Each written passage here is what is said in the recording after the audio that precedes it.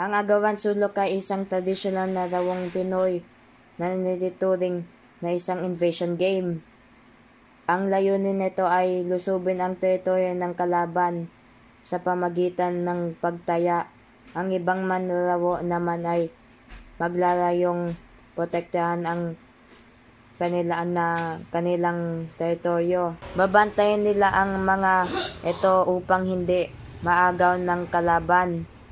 Ng panglalaruan, isang malawak na espasyo na walang mga bagay na maaring maging sa isang aksidente.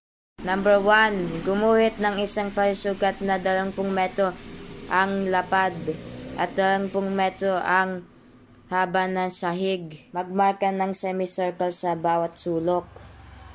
Tatayo ng 5 hanggang 8 manlalawo sa bawat sulok.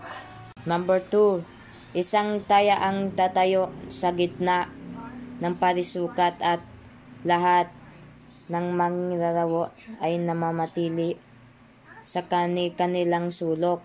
Number 3, sisigaw ang taya ng gusto ko ng sulok.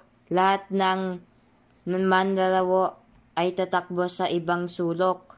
Number 4, ang taya naman ay subukang hulihin ang pinakamaraming manlalawo. Number 5, ang mga nahuling manlalawo ay hindi nakasali sa lawo. Maaari silang tumutulong sa lamang sa taya na nahulihin ang ibang pang manlalawo.